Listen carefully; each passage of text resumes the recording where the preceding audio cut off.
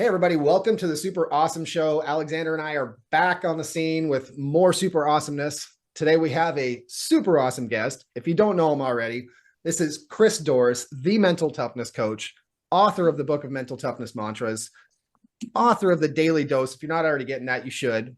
Those are amazing. And just an amazing, authentic human being who I've had the pleasure to call friend. So, Alexander, anything else you got to add? Yeah, also the author of Create Your Dream, right? Wow, you got And I'm proud to say Chris is one of my former mentors from the school in London, which I just came from London, landed to be able to record this. And I'm very, very pumped to have you with us, Chris, and to have this conversation with you. Because for yeah. me, you are the GOAT in mental strength, in mental power, in resilience. And actually, there are layers and levels beyond resilience, anti-fragility, Mm. however you call it, mental awesomeness, emotional mastery. And I will just stop right Oh, there please because stop. Please stop. Just keep laying it on. the Lay it funny on thing thick. Well, it this has sounds been great, you guys. Thank you so much. And until next time. Can I just get the recording of this, please, for my website? Right. done. It's done. Yeah, well, I think now is an appropriate time for me to say thank you out loud to for people to hear, Alexander, for all the effort that you just put into translating that. Yeah, okay, let's see. Is Yeah, that it? let Is me that turn out the blur. Now you can see it. yeah, look at that in German. Yeah. Yeah. So it was your idea to do this, and it took you basically 10 seconds to get it done. Yeah, Yeah, yeah. Well, 1 month, around a month. which is ridiculous. That is So It's ridiculous. ridiculous. Yeah, yeah, it is. So thank you so much. my pleasure. I felt massively inspired. First, I gave the original to so many clients already. Like teams got it, executives got it, leaders of all levels got it. They love it, and some of them are not really reading books in English. Mm, And mm. like obviously, I work in three languages. German is one of them. And they're like, "Do you have a is there a German version of it? Is there like is it a possibility?" So they planted the seed, and at one point I felt massively just immensely inspired to just sit and do it. Yeah. And what happened, I felt so inspired that Friday afternoon I needed to do some admin. I didn't want to do any admin. And it could wait. It was nothing critical. I just said, okay, I will do a couple of chapters. So a weekend later, almost half, I admit it was the very first extremely rough draft, but almost half of the thing was done Wow. in just a weekend, which is flow state, feeling like a child playing in the sandbox, right? Absolute peak performance, peak joy, peak Nice. ease, peak fun, peak everything. Well, Nice. there's a mantra That's for been that. the experience. Yeah. You're gonna probably Yeah. hear me say that. There's a mantra for that Yeah.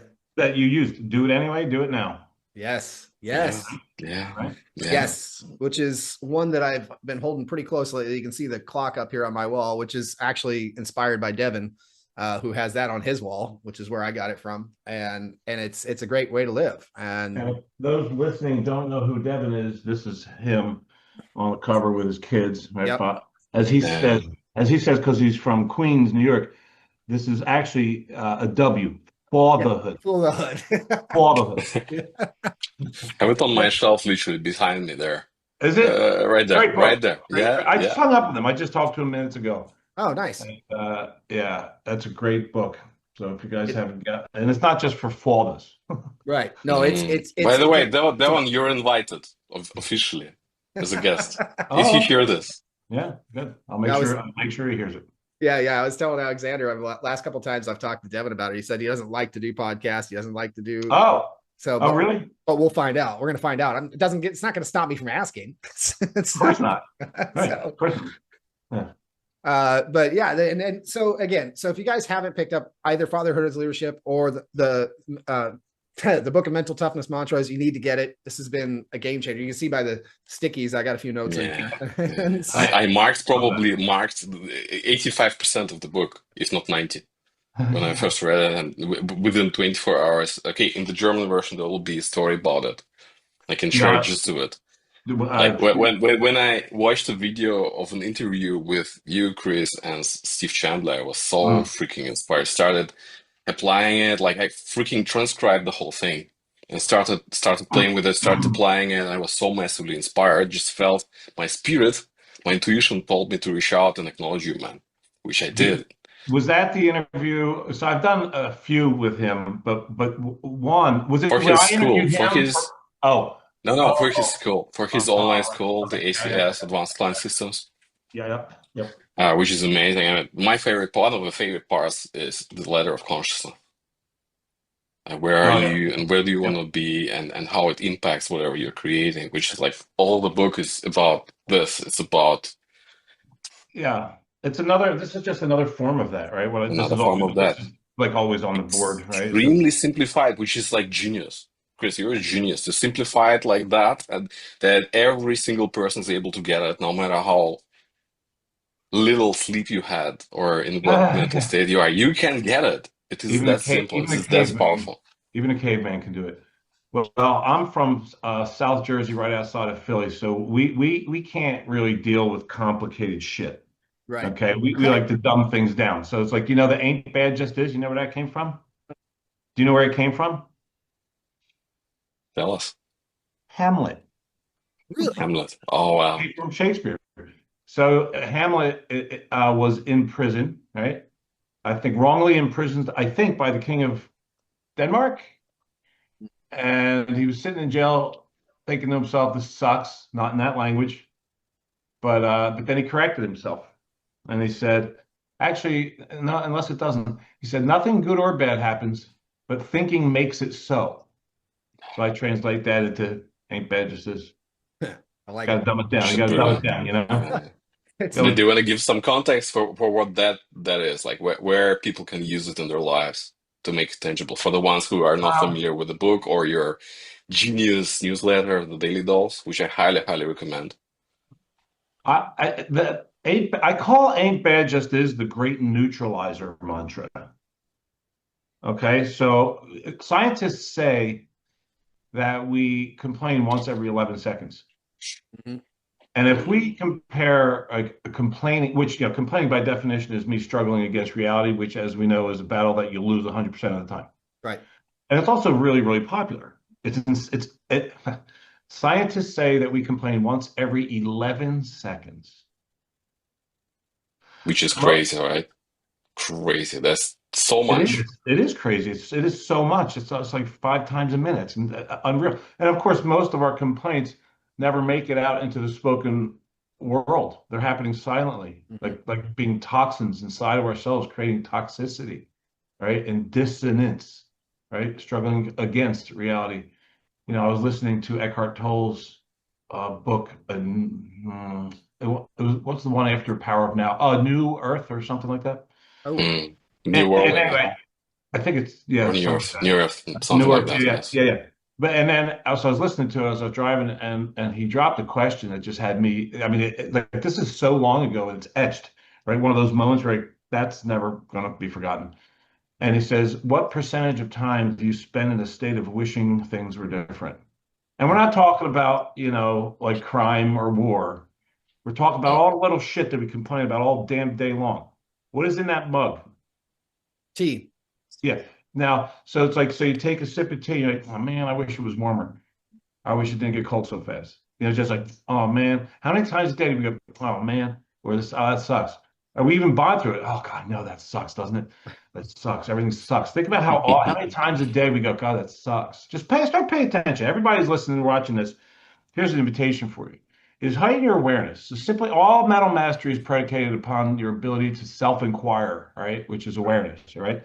Right. So just pay attention with levity. If it ain't light, it ain't right. So with lightness of being, get curious, not judgmental, and just say, like, how often, let me really pay attention to how often I complain and say this sucks, which is the same thing. Right. This sucks, right? And then you can add to the sucks. You can go, unless it doesn't, which is what I do. When I catch myself saying, it sucks, I think to myself, I'll say it out loud too in front of people. I don't care. I go, unless it doesn't.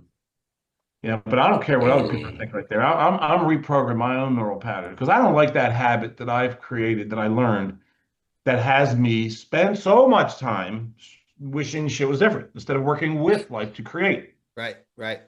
Right? To create from every. So, Ain't bad just is a great mantra to replace. And this R here in this formula stands for replace. You catch yourself, complaint, own it, right? Say this, I'm not pissed because of a flat tire. I'm pissed because I'm thinking like a scrub, and then replace it. Ain't bad just is. Just a tire lost its air. That's it. Simple as that.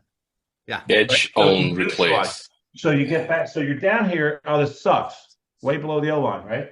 And you go, actually, it ain't bad. It just is. It just is a flat. And it just is me going to be late. And now I'm back in neutral. Yep. And I can We stay should there. just, I can yeah. stay there if I want. Or I could go higher and go, actually, you know what? This is the best damn thing could have happened. And then you say a skeptic hears you say that. Say you're a passenger in your car, you get a flat tire, and you go, oh, shit. And you go, well, no, it ain't bad. It just is. Just is. And you go, you Yeah. make it even better. This is the best damn thing could have happened. And your passenger's like, what are you stupid? What are you talking about? How the hell is this the best thing could have happened? And you say, I don't know yet. I'm going to create something from. I'll get back to you on that. But I'll tell you what I know now is by virtue of the way that I'm choosing to respond to this, I'm going to create something cool that wouldn't have been created if it wasn't for this. So stay tuned. Right. And that's the work. And it's Yeah, I love your example about the driving and the flat tire, because I actually used this just the other day.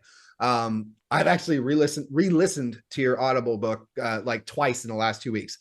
And part of it when I heard this one, Ain't Bad Just Is, I was actually driving to work and they had construction on the highway that shut down 2 lanes. Whereas normally I'd be like, what the Yeah. and then I caught myself, like you said, and I was like, wait, just traffic. And then I said, you know what? Instead, I'm grateful they're fixing this road, because this road has been messed up for a long time, and I'll be glad when it's finished. I'm just a complete switch like that, because you're right. There's nothing I can do about it. I'm gonna be in What's traffic. important to add to this, though, I always feel very compelled to add this when I'm in this exact conversation, is to make sure that whoever's listening to this realizes that this is not kumbaya bullshit. Mm-hmm. Yeah. This is not looking at life through rose-colored glasses. Mm-hmm. It's the opposite. Okay. What we're doing is we'll call these distortion glasses. Okay. So here I am, a young human. I experience life opportunistically, spontaneously, and naturally. That's our normal way of being, in awe and fascination and anticipation, and enthusiasm. That's normal. And then we get conditioned over time to experience reality problematically. Now I've been given these distortion glasses, and all I see is problems. So what we're talking about here is taking these the hell off so I can experience reality again as it is in all of its infinite glory and work with it, which is what we're designed for. And I believe that that's actually, Alan Watts said it nicely. Like, that's the ultimate game. We hide ourselves so we can find ourselves. Like the ultimate game of hide and seek, right? You know? Right. Right. So it's like we get to pay attention and do the inner world work and take the distortion glasses off so we can experience the beauty of and the magical nature of life, so we can play with it, you know, and create with it. Yeah. Yeah. So it's an important distinction, because sometimes people, when they first hear this kind of combo, they're like, oh, they're just, you know, putting a silver lining on shit, just happy thoughts. No. This is the work. You know, every day I wake up, and one of the very first things that I do is I make a declaration. You know what it is. Yep. All right. Yep. Best damn day of my life. BDDOML, written on my bathroom mirror. Now do you think that that's easy to do every day for me? Mm-mm. Hell no. It is not. It is not. There are so many reasons that would have it not be a simple thing. Right. To do that. Even just funky dreams that I just woke up from. Even that. Yep. Sometimes you wake up and you're weird, and you're like, you feel shitty. And it was just a dream. Just a dream.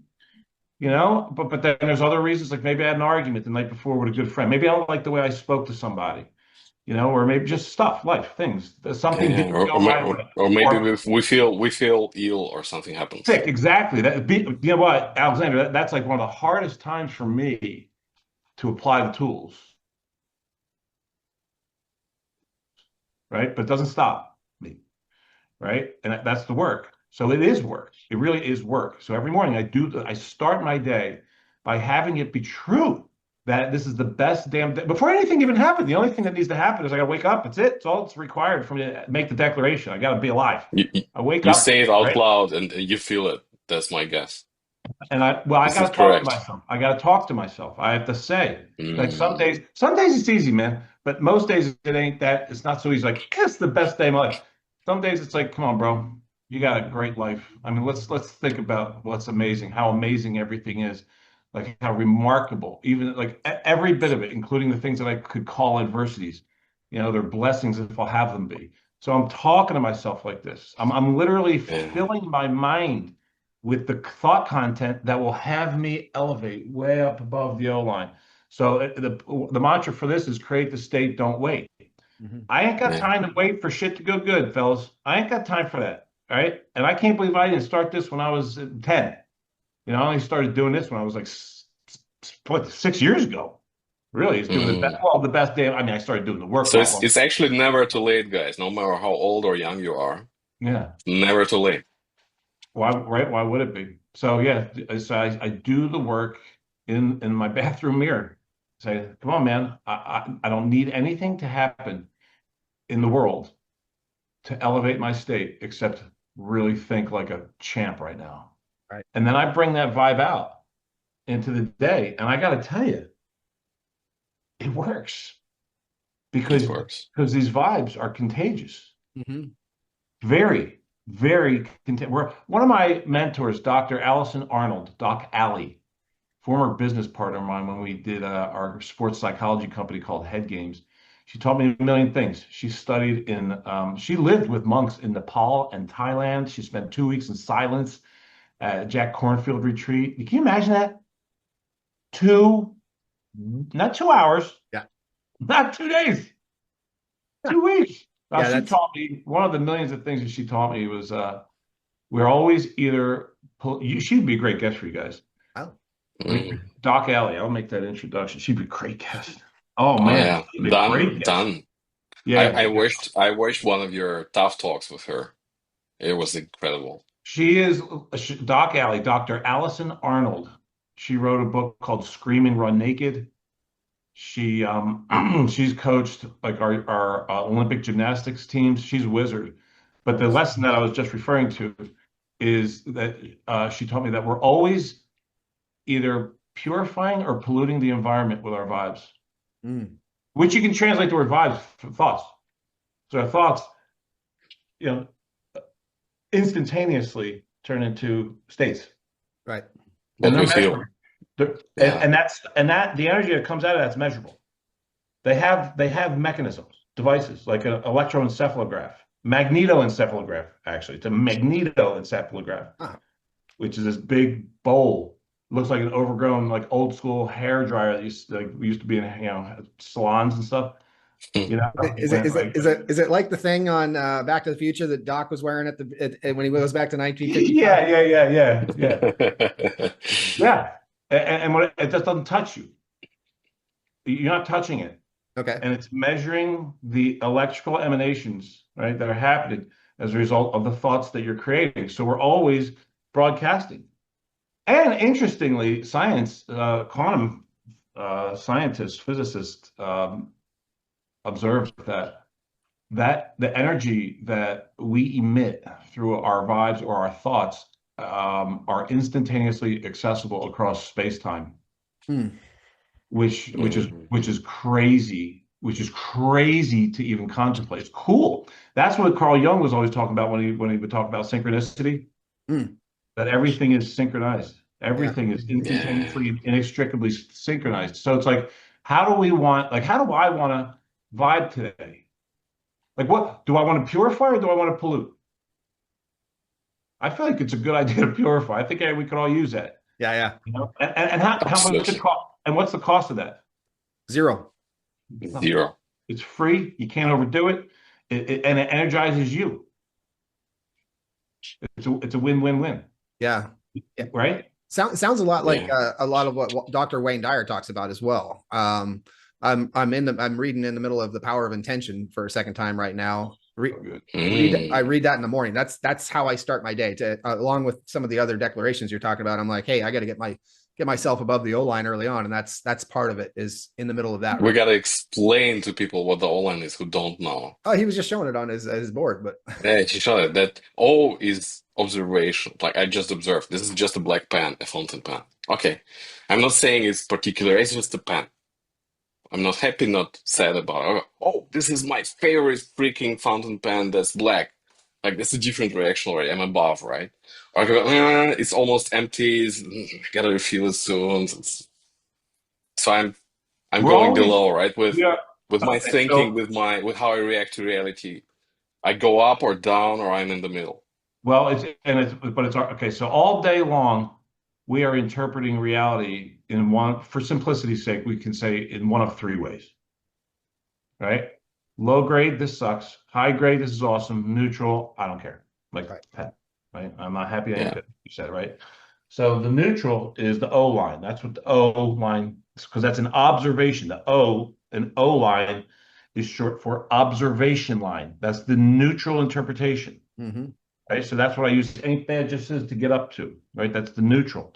What I want to do with and the reason that I wrote this damn book, right, is to help make it easy Yeah. for people to do this green, or at least get up from down here to up here, back to neutral, Mm-hmm. right? But what I want to do over time is, by using great thoughts. These are some of them, but there's a jillion million infinite number of great thoughts you just craft on your own. Is I want to systematically be eliminating all the time I spend below, and I want to live here. Yeah. I want to live above the O line. And there are people who do. There are people who, I have never met Byron Katie, but we all know plenty of people who have. Yeah. Yeah. Right? Like these guys. Well, one of these guys coached her. He coached her, and he Yep. knows, studied Yep. with her. Devin, met her. I think, I don't know, I'd like to get confirmation from any of those people that have that know her like pretty well. I think she lives above the O line. I would not doubt it. So Alexander, Fari that was with us in the school, she's actually very well connected with Byron Katie, and she's been to her house a few times and talks to her regularly. It'd be interesting to get her take on that as well. Absolutely. Yeah, I've just been taught by her and yeah. So, there's I studied in India at a place called the Oneness University.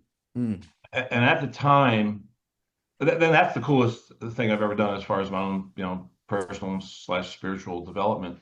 What'd you go get? Byron yeah, Katie, okay. Loving What Yeah. Is, Yeah. the book. Yeah, we all have that. I was just about to pull it out too. I got the same color one as you. Right? I mean, everybody's doing it, right? Right. This one's old. I think I got the oldest copy. Mine's browned up. Yeah, you're right. So when I met the number one teacher there, so like the protege to the founder of the Oneness University. His name is in Sanskrit, and his name is Anandagiriji, which translates into Mountain of Bliss. Wow. Oh my God, what a name! Wow, what a name, right? Wow. Yeah, that's a great name, Mountain of Bliss. And I think that's another person that I have met who lives entirely above the O line. I could be wrong, but it sure looks like it. All the times that I spent time with him.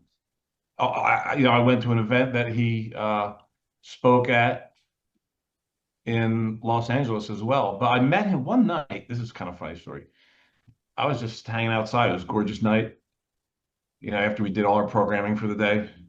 And here he comes walking down the path with his best friend, Govinda, who is the son, I think that's his name, but he's the son of the founder, Sri Bhagwan, the founder, and who I also got to meet. And I think he's also another person who lives above the O line. Yeah.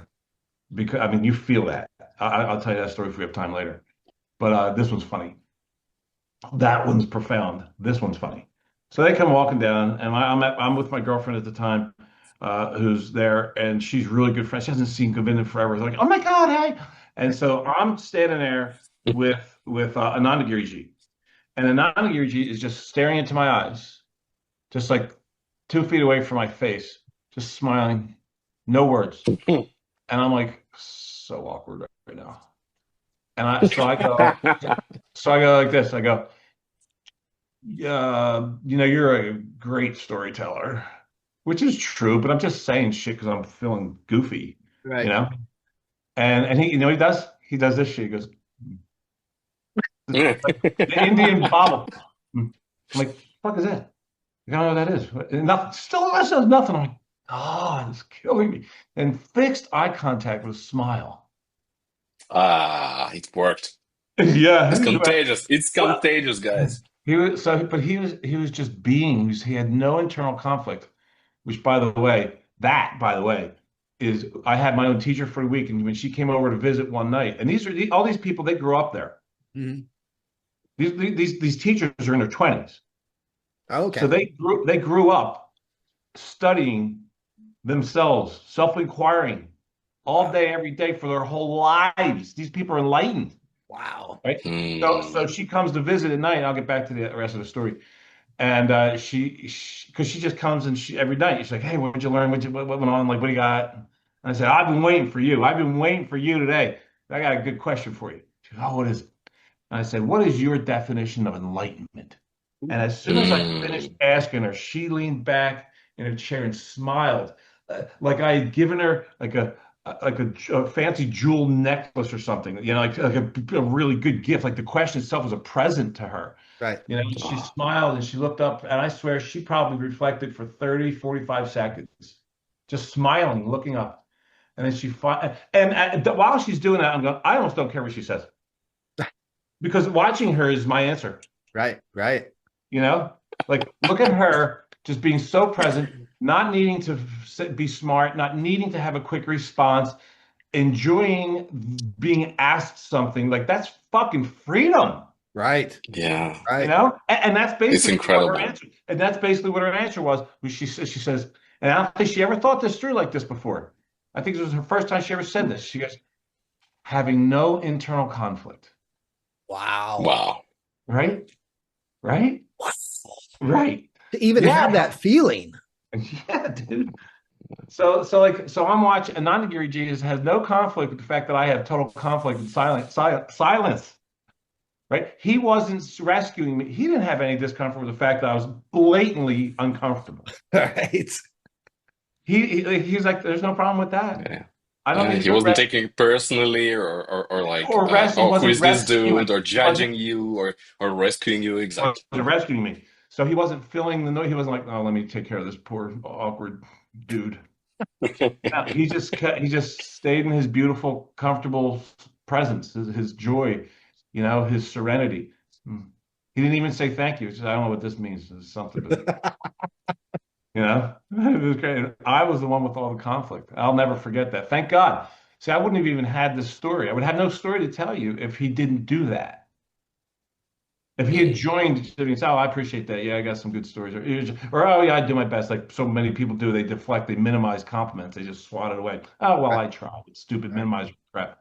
He just sat there and simply being so present with no internal conflict, had no need to speak, had absolutely no need to craft any words at all, and just was a life-altering moment for me.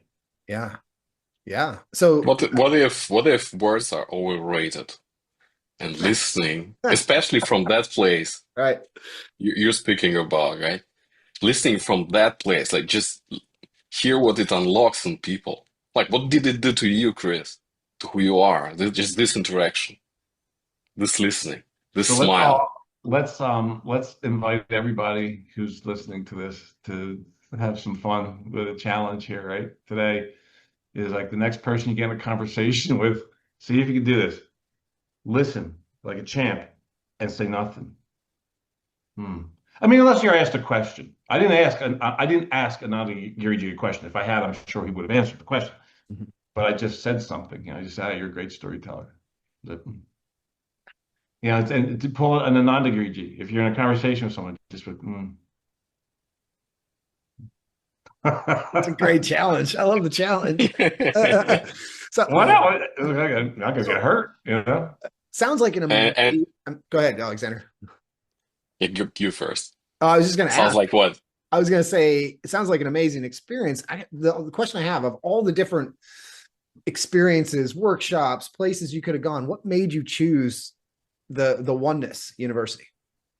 I was invited. Mm. So my girlfriend at the time is actually an actress from India. We're still super close friends. Mm. Mm, And she had gone there a million times. So she, when after we were dating for a couple of years, and obviously both on very deep spiritual paths, and it was like a no-brainer. Yeah. She's like, I got a place for you. I got a place to take you. Nice. And it was neat because the first time we attempted to go was the day that Mumbai had terrorist attacks. Oh, wow. mm, So I was on a plane here in Phoenix on the tarmac, and my buddy called me and says, "Are you? I know you're going to India today, right?" I'm like, "Yeah, I'm on the plane." And he goes, "Bro, there's terrorist attacks in Mumbai." I'm like, "Oh wow, Jesus." So I'm on the plane. So we take off, and I land. We land in North Carolina in Charlotte, and that's when I hear, and my phone's blowing up. My sister, my mom's like, "No, you're not gonna." And it's so funny. I talked to Manisha. That's my girlfriend. She's like, "Oh, it's no big deal. It's a hmm. blow show." She's like, "You'll be fine. You'll be fine. Just come on over." Not your typical reaction to a terrorist attack, Yeah, she's to like, put "Yeah, it mildly. yeah, no problem. It won't be a big deal." And in retrospect, she probably was right because I would have been nowhere near that hotel. But it was all, hyped up. And of course, my mom says, like, "You're going nowhere." So I flew back. So that was strike one. Now, um, Tony Robbins went to Oneness, and he brought his wife, Sage, there. So he went for her because she had chronic motion sickness, Mm. right? And so she couldn't like travel with him, which means like she's Mm, spending no time. They're spending no time because he's always traveling, right? Right, right, right. All his events. So, and Tony's fairly wealthy. So, I mean, he's tried a lot of things and none of it worked. So he hears about this place. A lot of celebrities have gone there and he hears about it and he hears like lots of magic has happened over there in terms of healing and whatnot. So he says, "What the hell? Let's go." And he brings her and she's cured. She's cured. So he's blown away. So he meets the founders like, "I need to know what's going on. This is amazing. And I'm going to support the hell out of you." He ended up opening up the second campus ever of Oneness University on his property in Fiji called Namale. Wow. wow. Wow. So our second attempt, Manisha came here and we were going to go to Fiji. I'm like, yeah, yes to that. Let's go try this again in Fiji at Tony's campus. So anyway, we get on the plane, Phoenix, we go to LA. Now we got to go through customs. Now, Manisha is a Nepalese citizen. Okay. She's not Indian. Her travel agent at the time didn't pay attention to that because if you're Nepalese, to get into Fiji, you need a visa. As Oh. an Indian citizen or an American, you do not. So Mm. she couldn't get on the plane. Strike two. Mm, Wow. Strike two. But then the third time is the charm. Well, we went back and we decided to do it in India again. But this time, we got there and it just so happened that the founder was there and was taking he does this once in a while spontaneously without any kind of advertise or like advance notice. He'll spend an entire day visiting with certain guests. Do not ask me how you get on that list. I know how I got on. I'm dating a famous actress, so as I say, that's how I'm a guest. But anyway, so I got to meet him. So we got to. I literally sat at the foot of the master. Watch. I'm getting a picture. I want to show you this. I didn't know that this was going to come up. But over here, I have a meditation. I have a meditation space right here outside my office here, and in it is a picture of the founder and his wife. That's them. Oh, wow. mm. So this is the founder. That is exactly what he was wearing when I met him. She wasn't there, right? So I met him, and he's got bare feet, and we sit at his feet. And he just asks, "How can I help you? How can I serve you?" and he's really, really interested. He's genuinely interested in your answer. And I was told that in advance that he was going to ask. In fact, when I told people, hey, I get to meet Sri Bhagwan at the end of the week, people are like, are you kidding me? Mm. Serious? How the hell? I'm with Manisha. But he's there, and that's the day. Oh my God, dude. He's going to ask you, what do you want? And he wants to know your answer because he operates from the belief that when you have what you want, you have nothing but love to share with the planet. Right? When you're Can you comfortable, repeat that? That was so beautiful. When you have what you want. you have nothing but love to share with the planet. Nice. So he is infinitely. So when he asked, what do you want? How can I help you? He couldn't be more sincere. It's not like some bullshit. Hey, how you doing? No, it's like, what do you want? I Mm. want to know what you want. I had a list of 52 things because there's no appointment time. He just meets with you until he doesn't. So you're done. We didn't even get in. We were on the end of the list. Manisha put us at the end of the list as her strategy was we would have more time. It backfired because we didn't even get in until 11 p.m. We waited all day. Wow. You just, when the conversation's over, it's over. There's no, okay, well, we're getting 11 o'clock. We've got to wrap it up. And there's none of that, Hmm. you know? And so we only had a few minutes left. And it was really incredible because when we walked when we walked in, whoever was like coordinating is like, can you keep it to an hour because it's late? He's tired. I'm like, of course, yes. And he's in this big ballroom, right? A conference room, but there's nothing in it except him, his chair, like that, like this to make a smaller, like a single person version of that chair, Wow. right? And then my Dasaji, my teacher for the week, and Manisha's Dasaji, her teacher for the week, sitting on the sides in a glass of water, and that's it. And we sit down at his feet. And as I'm just, he's all the way down there at the end of the room. I'm like, what the hell is this? This is so crazy. This is crazy. This dude, this guru dude sitting down there with no shoes. And what the hell is going on? This is not like a movie, you know? And we sit down and there's a ritual where she like touches his feet and she tells me, you don't do that. I'm like, I don't know what's going on here. And she checks, she's known him forever. And it was so beautiful. So she, like I said, she's an actress and she's very famous. So she's always had, when we go out in public, there are people asking her for autographs everywhere. And she wears these big old funky gaudy glasses, and like, you can't really see her eyes. And, we would pull up, we're in our car, in the back of our car, and like we'd be at a red light and the homeless or beggars would just, bang on the window and then they'd see who was in there and it's her and they'd start dancing. Like, what's happening right now? Manisha, what the hell are they doing? And she would say, they're singing one of my songs from one of my movies. I'm like, oh my God.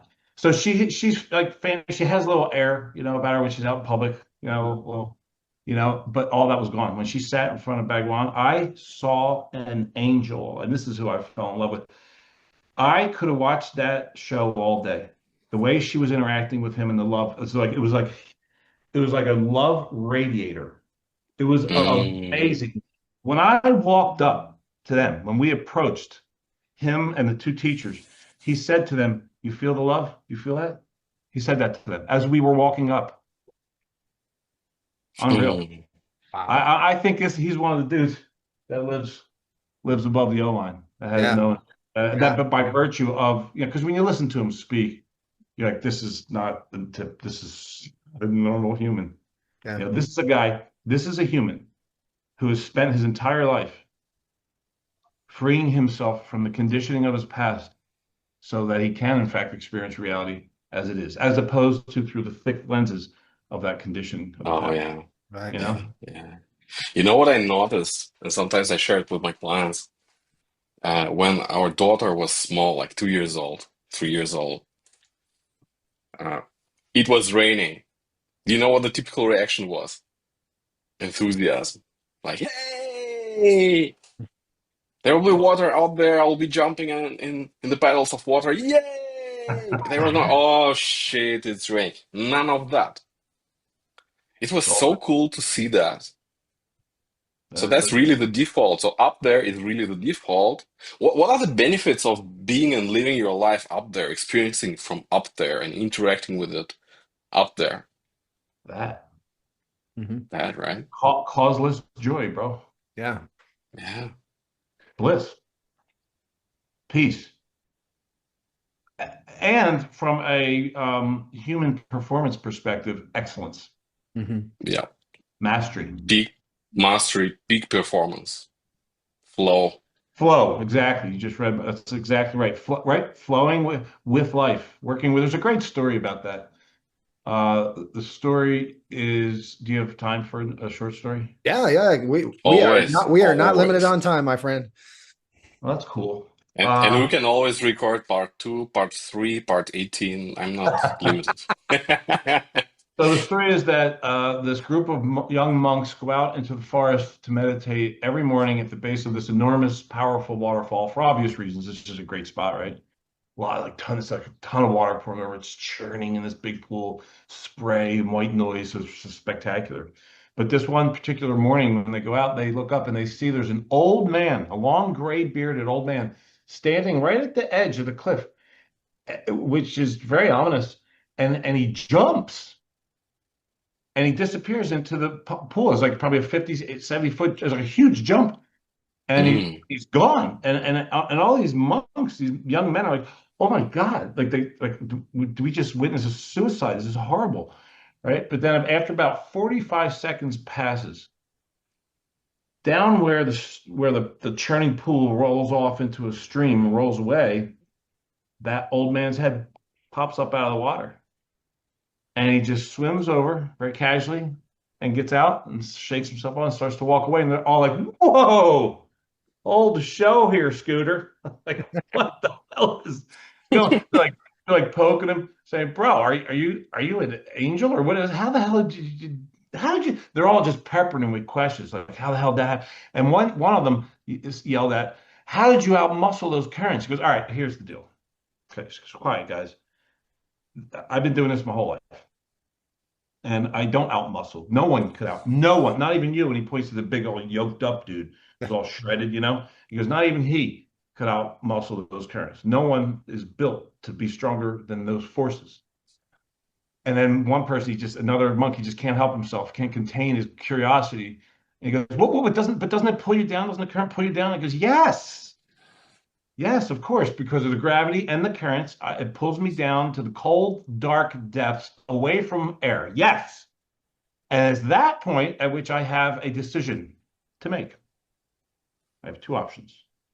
Yep. One, struggle. Try to fix the problem. Swim. The default for most of us. Yeah. Conditioning. React. Right? First of all, as if I even know which the hell way is up. And even if I did, as if I was strong enough to beat the current. But that's option A. And it's a very popular option. Right? Yeah, right. Fight. React. Freak out. Option B is non-action. My choice of action in that particular moment is to take none of it. You don't fight the current. To surrender. You flow with it, right? Flow. And that's why I thought of this story, because you said the word flow, Alexander. Right. So I go with the flow, literally go with the flow. And if you study currents, Tony, you probably noticed being a beach guy, like the lifeguards say, if you get caught in an undertow, don't fight it. Just don't do nothing. And it'll bring it back up. And then swim down the beach and get in somewhere else. And that's what this guy, so what he said to these monks, he goes, I go down with the water and I come up with the water. I go down with the water and it always takes me where I need to be. He said, I told you, I've been doing this since I was a kid. It is a practice to remind myself to stop forcing shit. Yeah. And work with. So back to your question, Alexander. What comes with being above the O-line? Flow. Ease. Yeah. Effortless ease, babe. Effortless ease. Yeah. Right? Yeah, you're gonna make me read that book again. Just talking about you gotta do that. By the way, everybody who's not familiar with that in original in English or the new German version, the book of mental toughness mantras, or the German title is Das Buch der Mental Toughness Mantras. Very close to the original. Intentional. Get a copy, right? There's an audible audio copy or audio version of it where which one you read, right? Also highly recommended. Yeah. Guys, Yeah. it's genius. Like that, when I was reading that for the first time, actually after we interacted via email, he said, "Hey, did you read the book already?" And it was literally the next on my list. And I said, "You know what? I'm not completing the book I'm reading right now. I'm just starting this one." Right? I felt the pull. I did it. Within 24 hours, I went several times through it. Like I immersed myself. It hit me like the ton of bricks in the best possible way. Like I never had an experience like this with a book. I mean, I read excellent books, including like the Ultimate Coach and other books. They're all extremely, extremely powerful, life-changing. This one was like a spiritual experience. Mhm. I laughed, which happened before. I cried hard, which never happened with a book, which I think I told you about after, right? And it stayed with me, and something that I used to think about me, like ideas about me, ideas about life. It was a process of letting go of those ideas. They were not serving me anymore. And discovering the truth underneath of those ideas. And it impacted me so much that some people, use affirmation. I'm not a big fan of affirmations, but if you really do the work and create, for example, your own mantras, which I did. Some people refer to it as a document or the manifesto of who you are and who you consciously create yourself to be in this world, which is extremely powerful thing, and that's And mine. so, And I know Chris had, where's yours? You have yours somewhere near you, I can guess. it's always in reaching distance. Yeah. By the way, I love yours. Thank you. And like when I did the work, several of the mantras came through me as the truth for the document, and I kept them. This is how powerful this stuff is. Yes, there is more. There's, I think, an infinitely more of that goodness out there. And it's extremely simple. It is extremely effective. It helps you be more productive. And I look at this flow, a state of flow. You connect yourself with the flow of life. You connect yourself with the flow of energy. You connect yourself with the flow of prosperity, wealth, which is for me all are the same thing. Well, again, we have the good news is that we, like Alan Watts said. Actually, here's one of Alan Watts's my favorite quotes of his is each of us is an aperture through which the universe observes itself. Only the game that we're playing is to not know that. Oh. Yeah. Ooh. Yeah, so it's like the game. So put another way, the game is to wake up to the fact that we are the universe, right? We are stardust, right? And we just create for something fun to do, perhaps unnecessary suffering. Yeah. And we get to free ourselves from it. So this is some of that work, right? This is just simply. I mean, it's a tiny little book. It's got 52 phrases, right, that help you upgrade, right? This is like baby food, okay? To like just use the mantras, right, to get. Okay, here's the practice. Oh, I don't have to spend so much time in such shitty states. Oh my God, I can if I want, but I don't need to because I don't choose that so much. Right. If I choose it, yeah, good on you. If it's Yeah. my choice, but it ain't mine. I ain't choosing it. Right. Yeah. So, And I did, so by the way, I did that with my life. The majority of my, that's in the German intro of the German version, right? I put it in mm, there. The majority of my life I spent pulling myself down, not vibing up, vibing down, innocently, through my thinking, through the way how I reacted to life, you learned down that. You're not to, unique. yeah, it's learned. And it's like suffering, even more suffering, being a victim, complaining, bitching, moaning around, down, down, down, down, anger, fear, despair, All learned. suicidal And depression. also And all. guys, Oh, really? I got out of it. I'm not telling you, you have to do it by your own. Please, if you're experiencing anything like that, go and seek professional support. I did that as well. And meditation saved my life. And practices like this, like noticing, am I going, which direction am I going? Am I trying to fight the current and it pulls me down? Am I destroying myself with the way I react, the way I think about things, about myself? Or is this the opposite? I can always choose. I can always slow down, observe, and choose, which is a version of what's on your whiteboard, right? Being aware of what's going on and choosing and upgrading.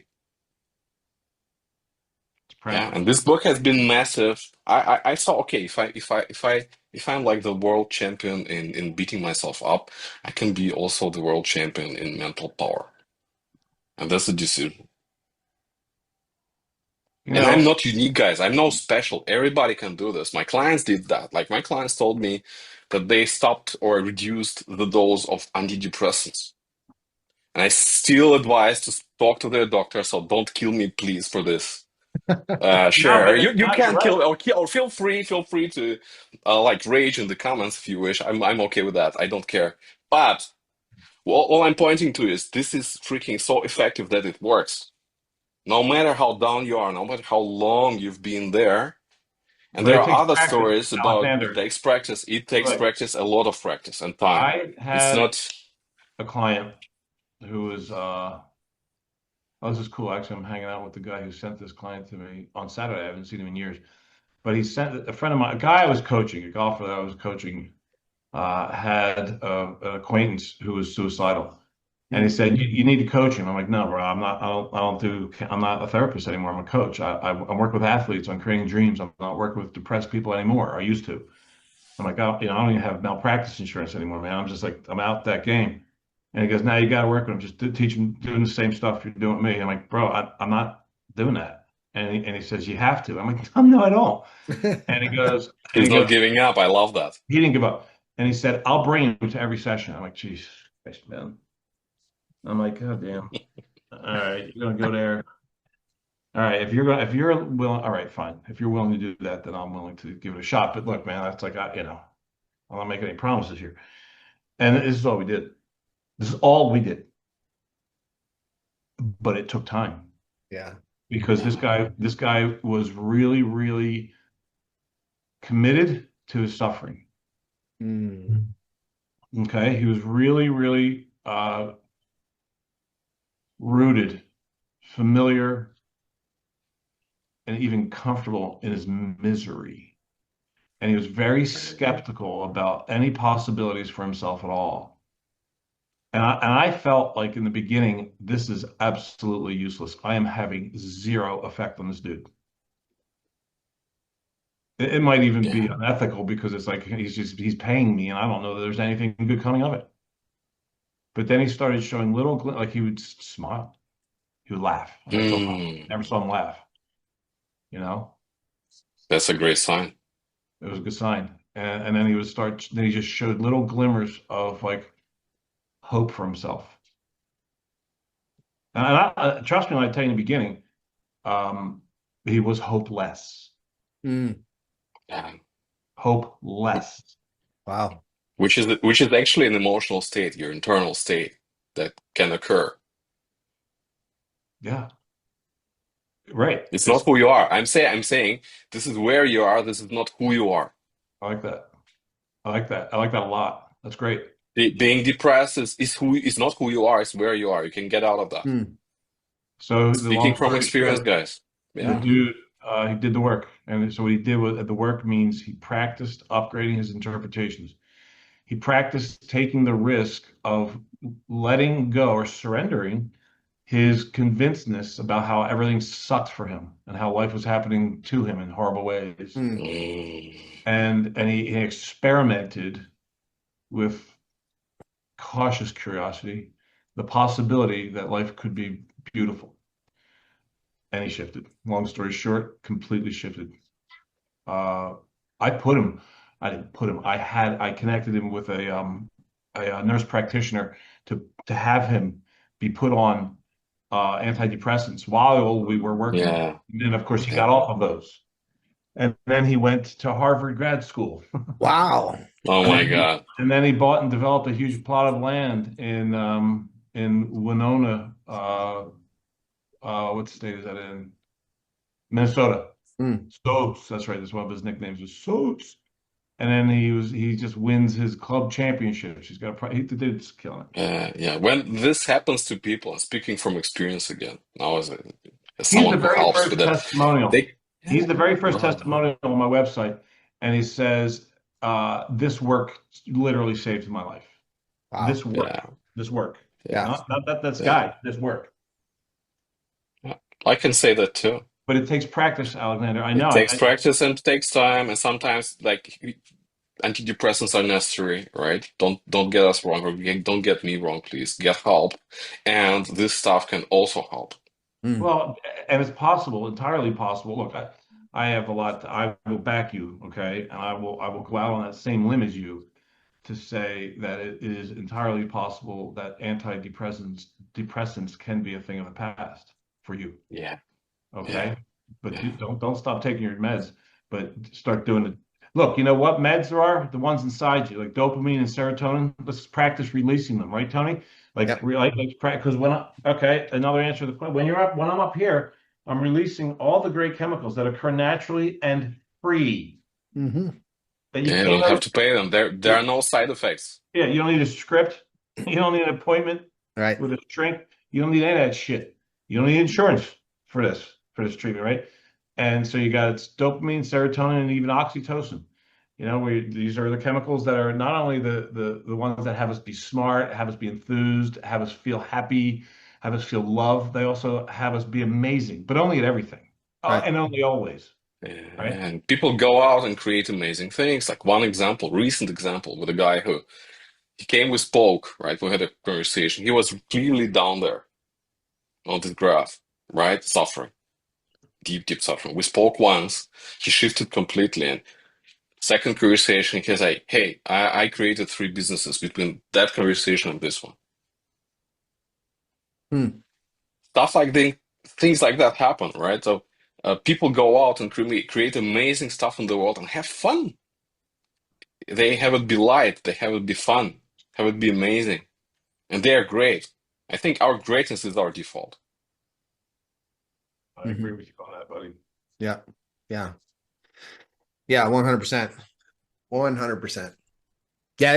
It's and guys, like Chris talked about earlier, this is not some kumbaya shit. This is real stuff that really works when you apply it, when you use it, when you remember it. I mean, staying above the O line is that makes a difference between being low grade, being high grade. I mean, you really want to live there. And if you want to be happy, you want to live there. If you like Chris said, if you don't want to be happy, Yeah, keep doing what you're doing. But if you yeah. I want to can be create a happy. different distinction here. Yeah, Suffering, or being super awesome, which is the name of the show, by the way. Tony, I'm gonna take a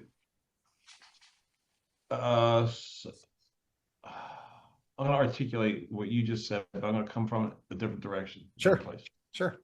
All right, because it's like okay, so you said this stuff works. Okay, or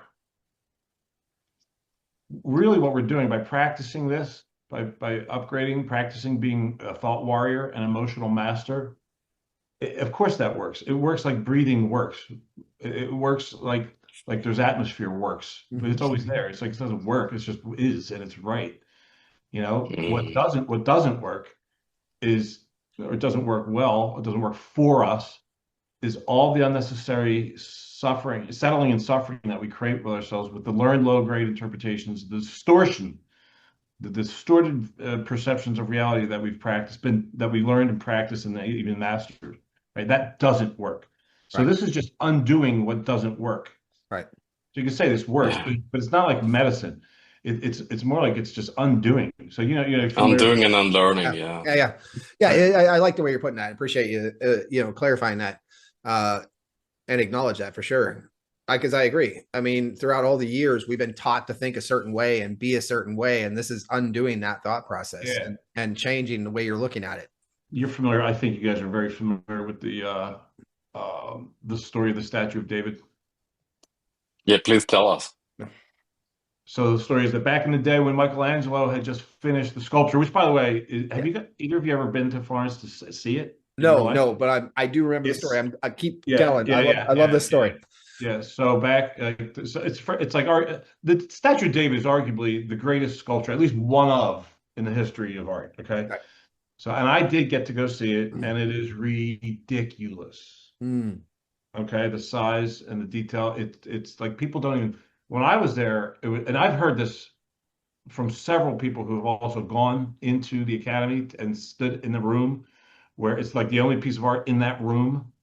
It's in the rotunda, and they actually had to put a new roof for security reasons for it. and people don't talk. Mm. You're just like, anyway, back in the day, Michelangelo just finished, and this guy hears about it. He goes and sees it. He's like, oh, geez, oh my, how the hell? And so he goes and finds, Michelangelo's just a dude who lives down the street. So he goes and finds him. He's like, bro, seriously, man, how do you do this? How did you create David out of that big ass? Because that piece of stone was sitting next to that church for like ever, unfinished, just in a discarded piece of marble. How the hell did you create David out of that thing? And Michelangelo goes, I didn't. And the guy's like, what are you talking about? He goes, I didn't create David. See, David already existed, concealed within the stone. And all I had to do was chip away at what wasn't David. Yeah. Right? Basically freeing himself, right, from the burden, freeing David from the weight of like low grade living, freeing him from the dead weight of learned disbelief, of learned, dissonance, of learned experiencing the world problematically. Right. So this work is like that. It's like freeing ourselves up. Again, I've said it before. It's the language from Oneness University in India. We're freeing. This work serves to free. I call this the freedom formula. Think, feel, do, result. How I think governs how I feel, which governs how I act, which heavily influences what goes on in my life. Right? Think, feel, do, react. Results. Results. Think, feel, do, results. Buddha said our whole lives unfold according to the way that we think. Yeah. So if you want something different in your life, change the way you think or change your thinking systems. Lao Tzu said, when you get your head right, everything else falls into place. Mm-hmm.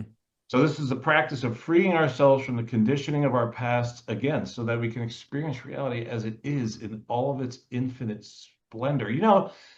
I studied astrophysics for a year before I committed to this vocational path of mine.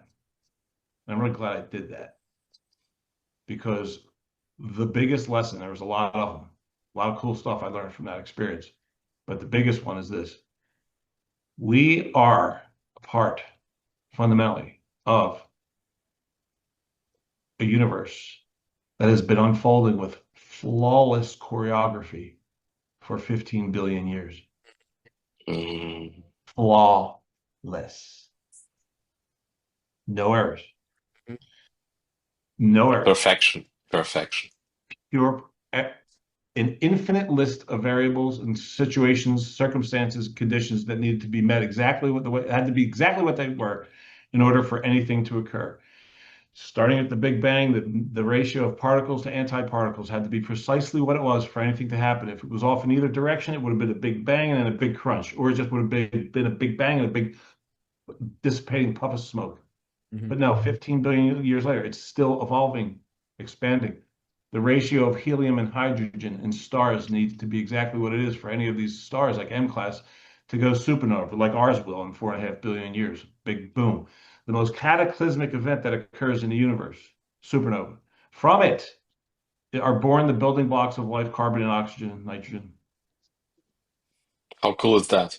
Yeah. How perfect is that? Yeah. How flawless is that? The only place in the universe where a problem exists: neocortex, the human mind. But we get to play with that. Yeah. We get to have fun with that. We get to laugh. When I meditate, if you watch me meditate, there'll be a point, probably 10 or 15 minutes in, where you'll see me go like this. And it's at that moment where you're seeing CD is going, dude, you're so funny, man. You create so much stupid suffering for yourself, bro. And you're going to do it tonight again during Monday Night Football. But it's cool. But it's like, oh, man, that's funny. But with the practice, right? With the practice, do it less and less and less. Right. Shrinking systematically the amount of time that we spend in unnecessary suffering, and therefore increasing the amount of time that we spend in our natural state of bliss. Right. This is a great podcast you guys got here.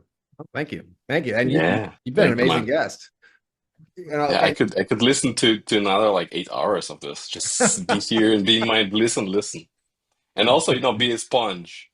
Right. Right. I'm not talking about only like intellectual level here, because the vibes, Chris, yeah, you live what you preach. Like you walk the path. You are the real deal, man. Right. You know, Right. you know how I thank you, brother. I appreciate your kindness. You are seriously like my Chamber of Commerce right now, dude. But You know how much promotion you have throughout this? I didn't even pay him for this, by the way. Anybody, just seriously, it might look like that. But yeah. In fact, I didn't even pay him to translate the book. Did that all on his own, I entirely I 100% just on his own. felt inspired to do it. But you I know how I got committed into myself this? to do it, and I did it. Yes, you did. But you know how I got into this career, right? Because I was studying astrophysics at the time. It was 34 years and 5 days ago to the day. Wow. Who's counting?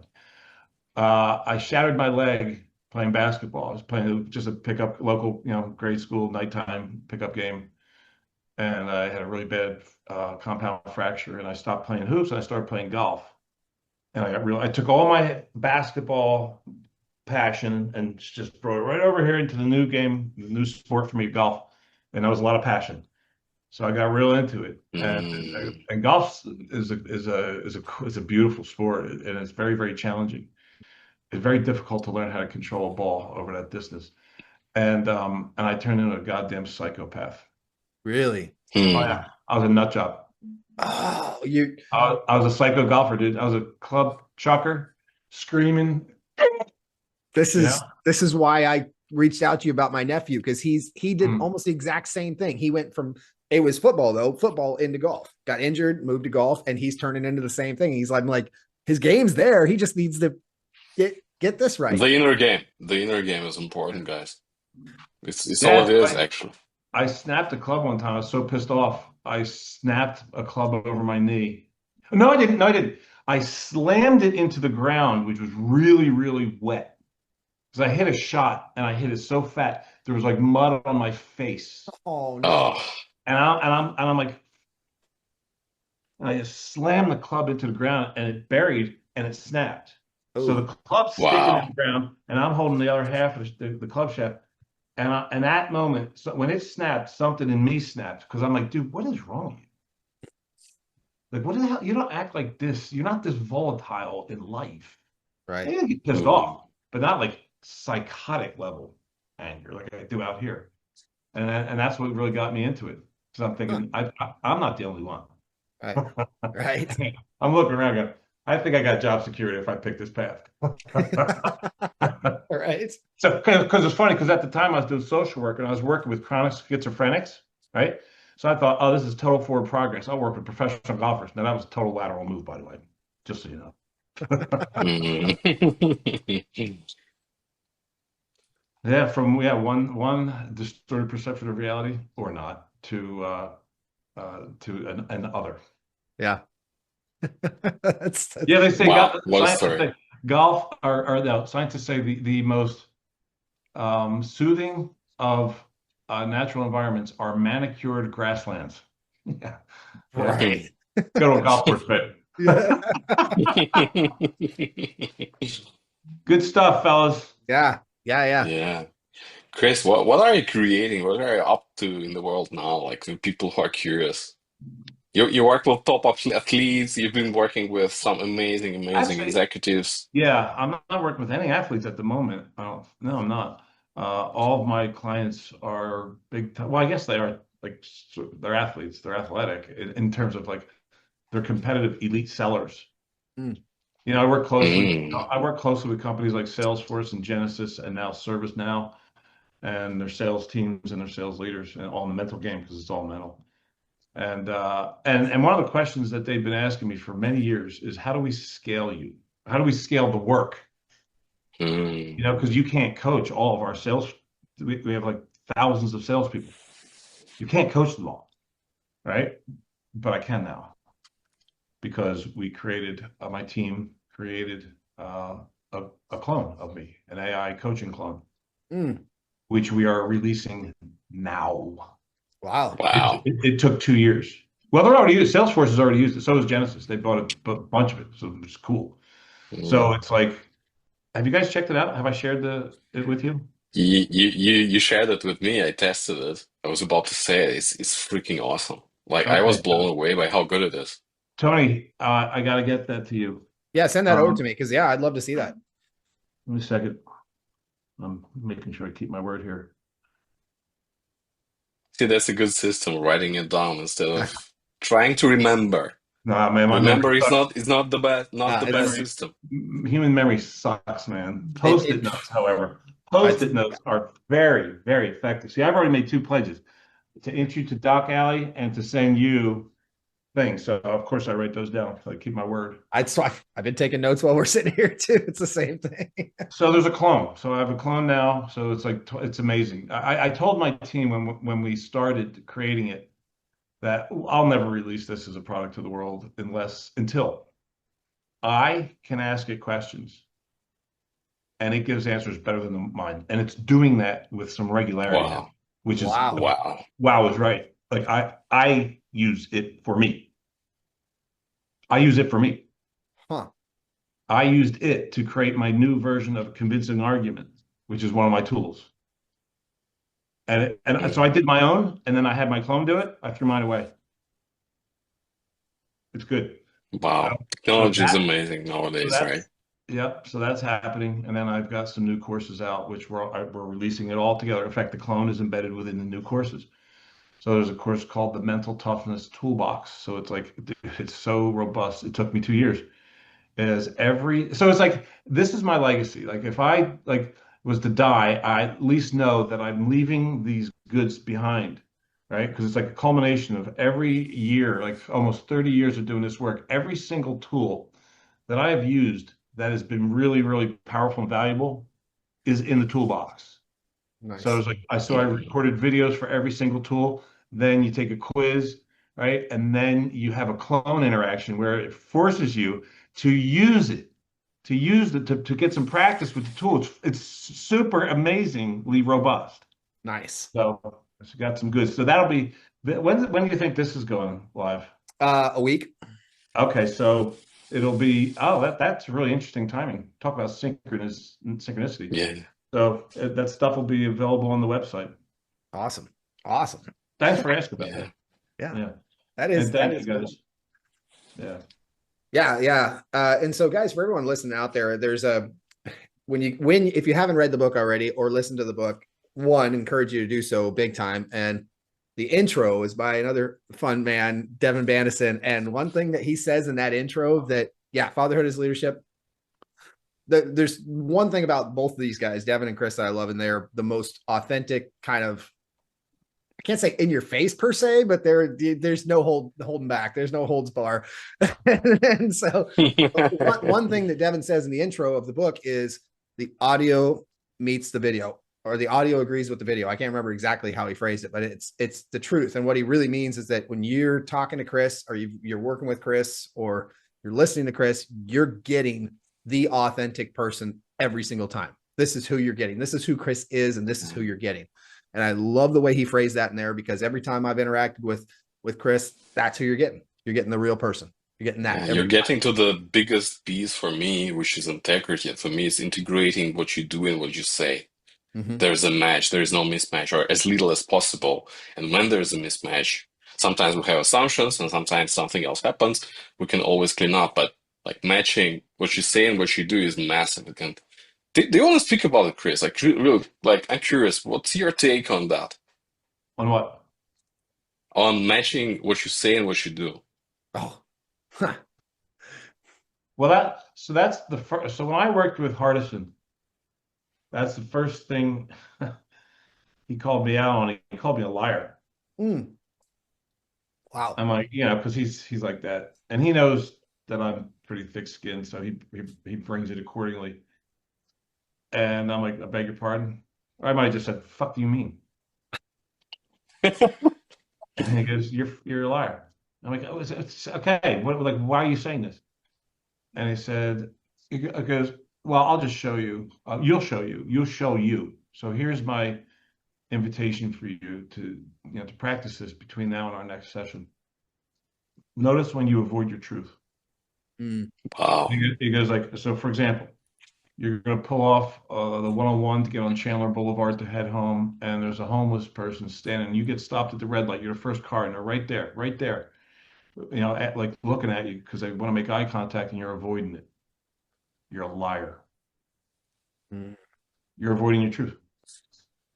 So he goes, that's what I mean, right? So, and he says, I see it in you. See it all over the place. Like, wow, that's fascinating. And it's like, why won't you make, are you afraid of saying, no, I choose not to give you money. I wish you, whatever. Why am I avoiding eye contact? What am I avoiding? Right. Right. So that very week, I host a Halloween party at my house with my friends. It's a very comfortable environment. Okay. It's a party at my house with my friends. So it doesn't get a whole lot safer. Right. We're out back on the patio.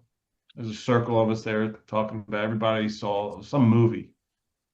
And I'm the only one in the group, you could tell, that didn't see the movie.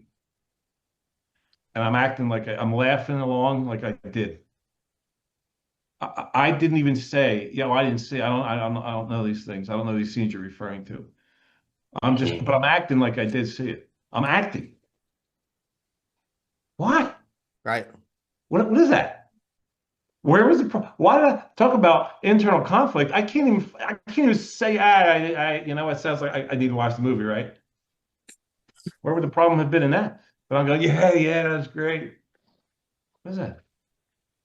So he really taught me what you're describing is integrity. Yeah. Yeah. Yeah, and it's really fun with lightheartedness to examine. Always if it ain't light, it ain't right.